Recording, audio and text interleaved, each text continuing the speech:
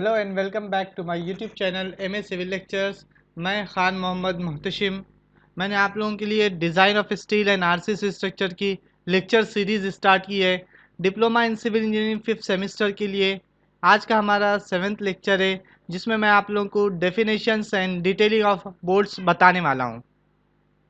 ये lecture start करने से पहले हम लोग लास्ट लेक्चर का थोड़ा सा ओवरव्यू ले लेते हैं जिससे आप लोग को कंटिन्यूटी मिलेगी।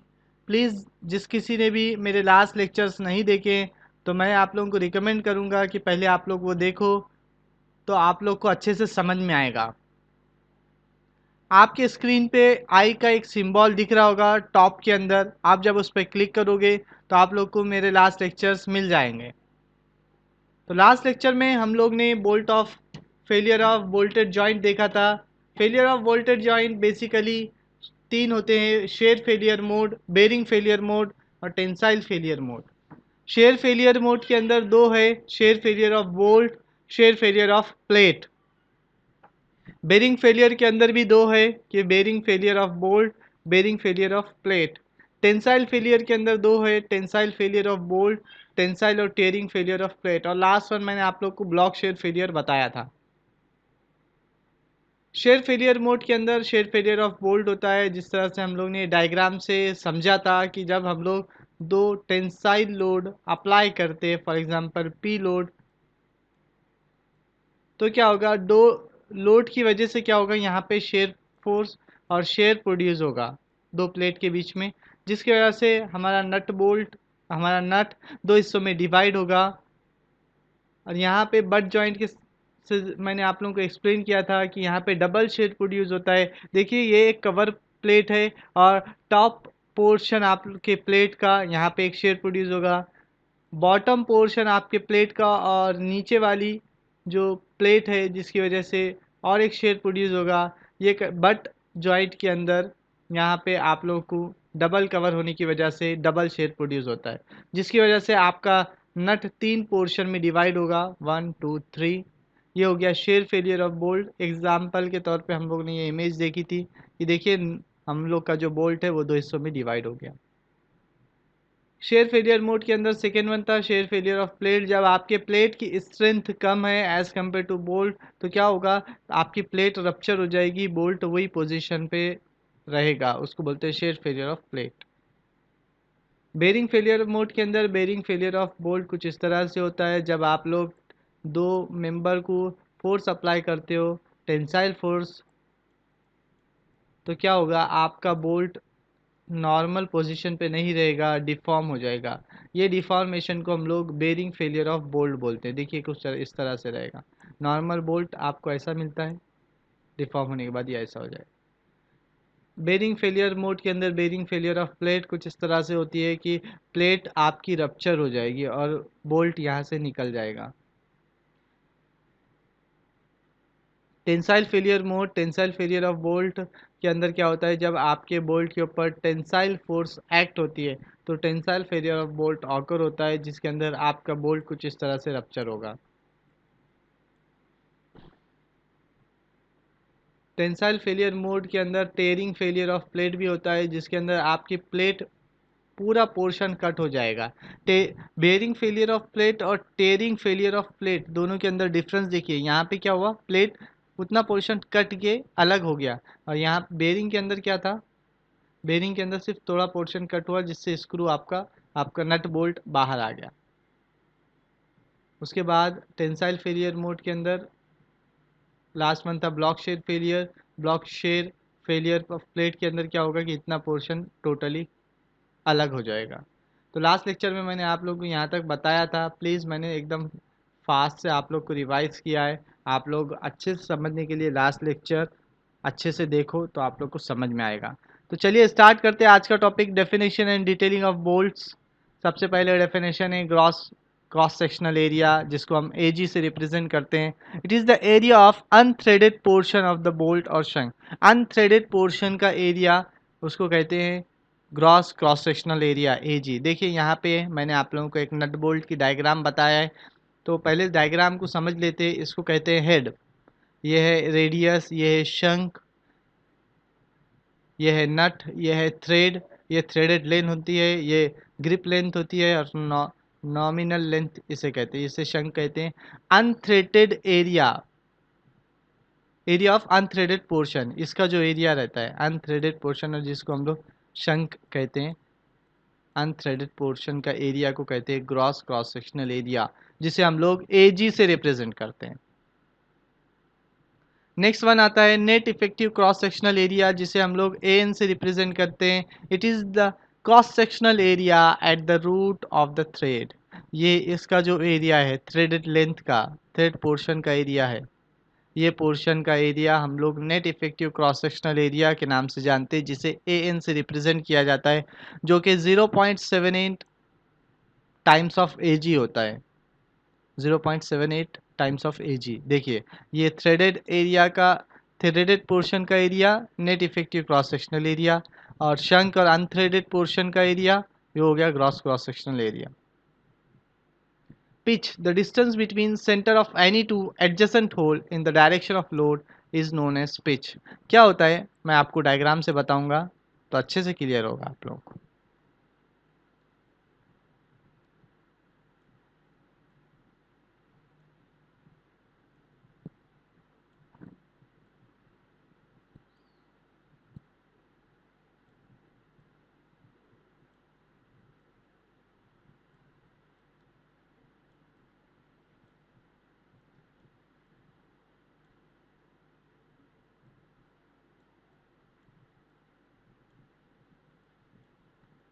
कंसिडर कीजिए कि मैं टेंसाइल फोर्स अप्लाई कर रहा हूँ, ये कुछ मेरा टॉप व्यू है। The distance between centre of any two adjacent hole in the direction of load. Centre to centre distance मतलब ये होल के सेंटर से ये होल के सेंटर तक का डिस्टेंस, इसे कहते हैं हम लोग पिच। क्या बोलेंगे? Pitch. Centre to centre distance between two holes in the direction of load. Direction of load ये याद रखिए, डायरेक्शन ऑफ लोड मतलब हॉरिजेंटली डिस्टेंस देख रहे हैं आप लोग, क्योंकि लोड ऐसा है ना, तो ये हिसाब से ये आपका पिच होगा, इसको हम लोग बोलेंगे पिच।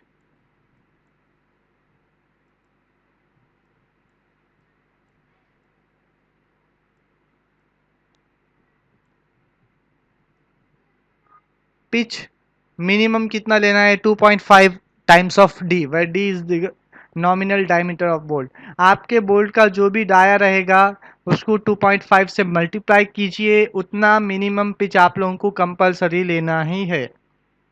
फॉर एग्जांपल आपका डाया, अगर आपके बोल्ट का डाया 10 mm है तो आप लोगों को कितना लेना पड़ेगा minimum pitch? 2.5 multiply by 10 is equal to 25 mm। अगर आपके बोल्ट का साइज 10 mm है तो आपको मिनिमम पिच मतलब centre to centre distance between two adjacent hole in the direction of load ये लेना है आपको 25, जब आपके पास बोल्ट का डाया 10 है। मैक्सिमम पिच 32T और 300 विच एवर इज लेस। आप थिकनेस ऑफ थिनर प्लेट देखिए, आप जो प्लेट यूज़ कर रहे हो तो उसके अंदर थिनर प्लेट की थिकनेस कितनी है, उसको 32 से मल्टीप्लाई करो, वो या 300 mm, जो दोनों में से कम रहेगा वो आप मैक्सिमम पिच ले सकते हैं। टेंसाइल मेंबर अगर है, टेंशन मेंबर है, तो pitch shall not exceed 16T और 200 mm which ever is less. 16T और 200 mm विच एवर लेस रहेगा वो हम लोग मैक्सिमम पिच कंसीडर करेंगे। कॉम्प्रेशन मेंबर के लिए 12T है और 200 mm। ये आप लोग को जब प्रॉब्लम लूँगा मैं तो आप लोगों को अच्छे से क्लियर होगा कि मैक्सिमम पिच मिनिमम पिच कितना लेना है और कैसा लेना है। Next one is gauge. It is the distance between adjacent plate lines of fasteners perpendicular to the direction of flow. Perpendicular to the direction of load. देखिए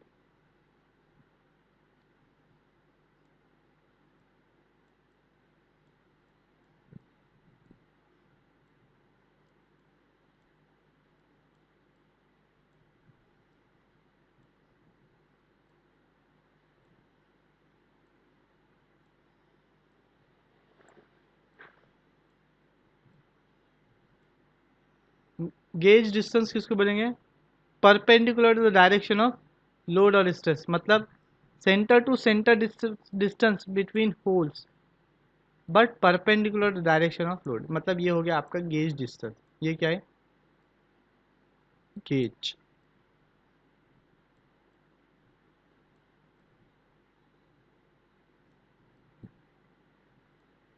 और centre to centre distance parallel to the load क्या है?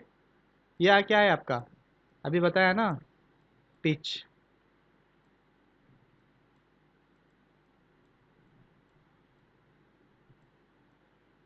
इसको कहेंगे pitch, इसको कहेंगे gauge. Edge distance, it is the distance from center of the fastener hole to the nearest edge of an element measured perpendicular to the direction of load. Perpendicular to the direction of load or stress, center of the hole to edge, nearest edge। देखिए ये क्या हो गया आपका? Edge distance. Perpendicular, देखिए ये load के perpendicular है, इसको कहेंगे एज डिस्टेंस।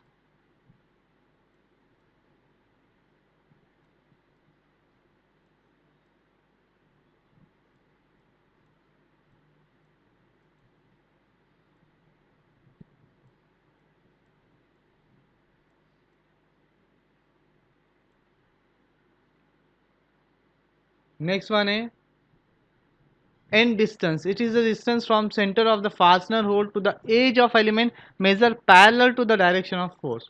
यहाँ देखिए ये parallel to the direction of load, मैं आपको ये डायग्राम के अंदर बताऊंगा। पैरेलल, ये आपका सेंटर डिस्टेंस ऑफ होल से यहाँ तक का डिस्टेंस पैरेलली, इसको क्या बोलेंगे आप लोग? End distance.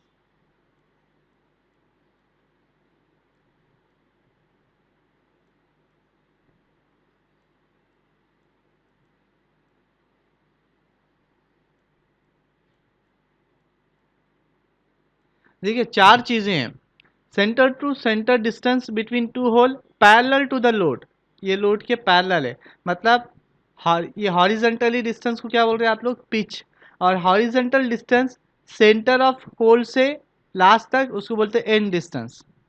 Vertical distance between two holes, gauge distance. और vertical distance between centre of hole to corner, edge distance. Edge distance, end distance, gauge और पिच, ये चारों आपको प्रॉब्लम के अंदर लगने वाले हैं। जब हम लोग प्रॉब्लम सॉल्व करेंगे तो और आपको अच्छे से क्लियर होगा। और एक बार बताता हूँ, प्लीज़ गौर से देखो, अच्छे से समझ लो, क्योंकि ये बहुत इंपॉर्टेंट है। पिच क्या होता है? Centre to centre distance between two hole parallel to the load, मतलब ये आपका लोड कुछ इस तरह से है तो ये आपका पिच हो जाएगा। Vertical distance between two holes आपका गेज हो गया, जब आपका लोड कुछ इस तरह से। Centre of hole to the edge perpendicular to the load, edge distance. Parallel है तो एंड डिस्टेंस। आपको और एक एग्जांपल के तौर पे मैं यहाँ से और एक बार बताता हूँ। चलिए अब देखते हैं हम लोग। अगर मेरे पास कुछ प्लेट कुछ इस तरह से और लोड ऐसा अप्लाई,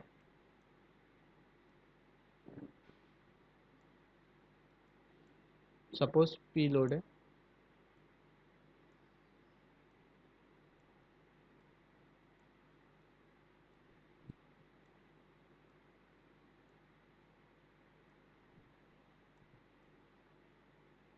चलिए अभी इसके अंदर हम देखते हैं चारों क्या होगा लोड के हिसाब से। फर्स्ट वन क्या है? पिच। पिच क्या है? It is the distance, centre to centre distance between two adjacent hole parallel to the load और स्ट्रेस, लोड के स्ट्रेस के पैरेलल, मतलब ये क्या होगा? ये कंडीशन में आपका pitch.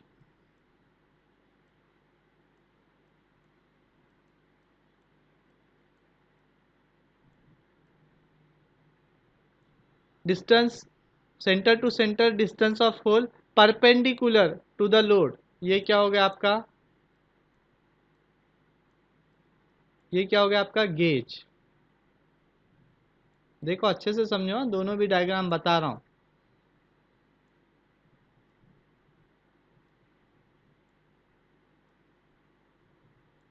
As distance, distance from centre of fastener hole to the nearest edge measure perpendicular the direction of, perpendicular, यहाँ से यहाँ तक का डिस्टेंस परपेंडिकुलर, देखिए ये क्या हो गया आपका एज डिस्टेंस।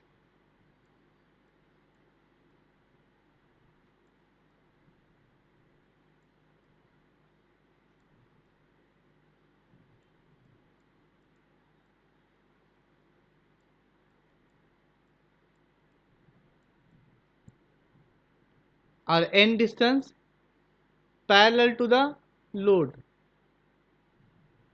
ये डिस्टेंस, ये डिस्टेंस आपका क्या हो गया एन डिस्टेंस।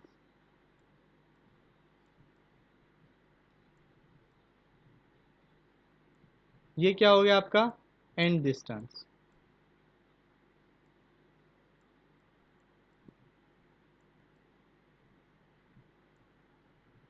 समझ में आया?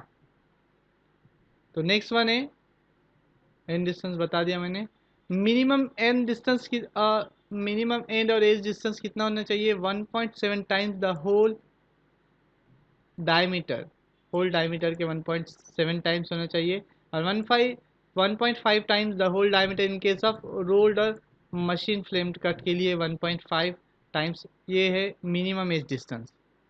और मैक्सिमम कितना होना चाहिए 12 T into under root of 250 by F Y, इससे ज़्यादा नहीं होना चाहिए 12 T, where T is the thickness of thinner out plate. तो चलिए देखते हैं कि होल का डाया किस तरह से लेते हैं हम लोग। Specification of bolt hole are made larger than the bolt diameter. हम लोग बोल्ट का जो डाया है उससे ज़्यादा लेते हैं बोल्ट के होल का डाया, क्योंकि हम लोग को प्रॉपर वे में फिक्सिंग चाहिए और फिक्सिंग अच्छे से होना चाहिए, इसलिए हम लोग उसका डाया थोड़ा सा ज़्यादा लेते हैं। तो डाया कितना लेना है, अगर आपके बोल्ट का साइज़ 12 टू 14 mm के बीच में है, याद रखो अच्छे से सुन लो, 12 टू 14 के बीच में है, तो आप लोग D+1 करना, वो डाया बोल्ट का होल का ले लेना।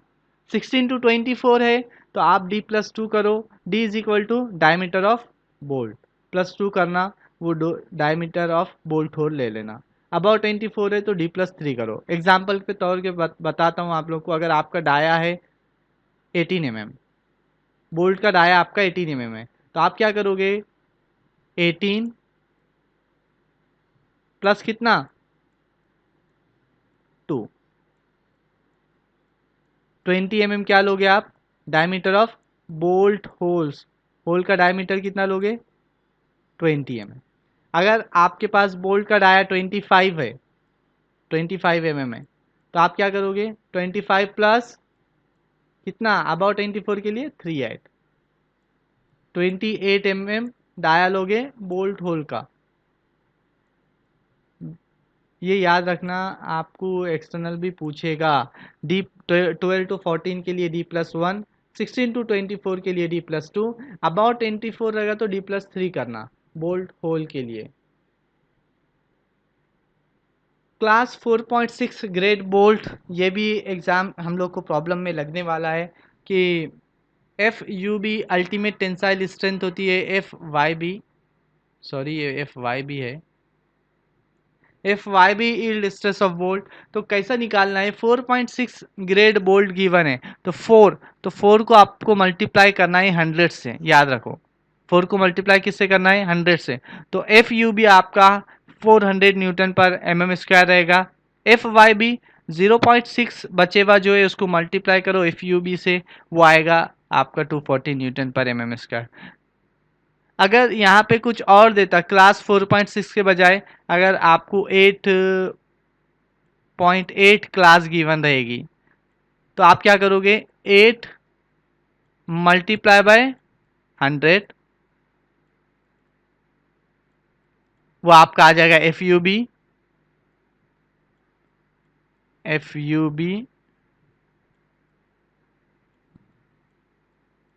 और एफ वाई भी कैसे निकालोगे, कितना है पॉइंट के बाद 0.8 है, तो 0.8 multiply by F U B, जो एफ यू बी आएगा उसको मल्टीप्लाई कर दो तो आपको एफ वाई भी निकल जाएगा। ये आपको प्रॉब्लम में यूज पड़ेगा। नेक्स्ट वन है डिज़ाइन स्ट्रेंथ ऑफ बोल्ट, ये फॉर्मूलेज है जो आप लोग को नेक्स्ट लेक्चर में हम लोग प्रॉब्लम से स्टार्ट करने वाले हैं, तो ये फार्मूले आप लोग को याद होने चाहिए। जैसे कि मैंने आप लोगों को बताया कि बोल्ट और प्लेट जो फेल होती है तो शेयर में फेल होती है, टेंशन में फेल होती है और बेरिंग में फेल होती है। तो बोल्ट इन शेयर के लिए हम लोग ये फार्मूले से चेक करेंगे, V N S B is equal to F U by under root of 3 N N A N B plus N S A S B. ये एक फॉर्मूला यूज में आएगा, ये एक फॉर्मूला यूज में आएगा बोल्ट इन शेयर के लिए। बोल्ट इन टेंशन के लिए आप लोग फॉर्मूला यूज करोगे ये वाला फॉर्मूला, और टीबी को चेक करोगे इससे। प्रॉब्लम के अंदर ये अच्छे से समझ में आ जाएगा। सिर्फ प्लीज़ आज के लेक्चर के लिए सिर्फ ये फॉर्मूलेज आप लोग नोटबुक के अंदर नोट कर लो, तो आप लोग को समझ में आएगा। नहीं तो आप प्रॉब्लम के टाइम पे क्या करोगे, आपको कंफ्यूज हो जाओगे ये फार्मूला कहाँ से आ रहा है, किसका कौन सा फार्मूला है। बोल्ट इन शेयर के लिए फार्मूला हम लोग ये यूज़ करने वाले हैं, बोल्ट इन टेंशन के लिए ये फार्मूला यूज़ करेंगे और ये चेक देखेंगे। बोल्ट इन बेयरिंग के लिए ये फार्मूलेज यूज़ होंगे।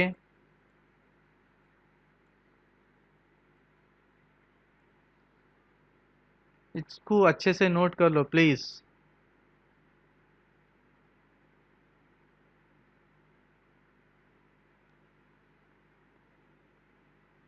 Design strength of black bolt in kilo newton based on net tensile area. Net tensile area के लिए net tensile strength in kg different dia bolt के साइज़ के लिए अवेलेबल है। ये आपको वैल्यूज़ एग्ज़ाम ये प्रॉब्लम्स में लगेगी।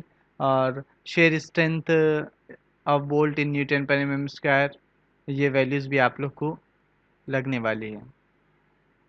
इसको अच्छे से नोट कर लो please.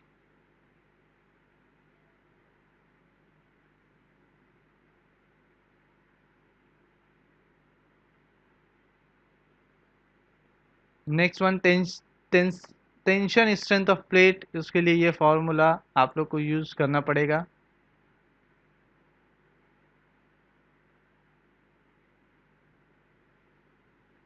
Thank you for watching this video. Please subscribe my channel, like my video, share my video.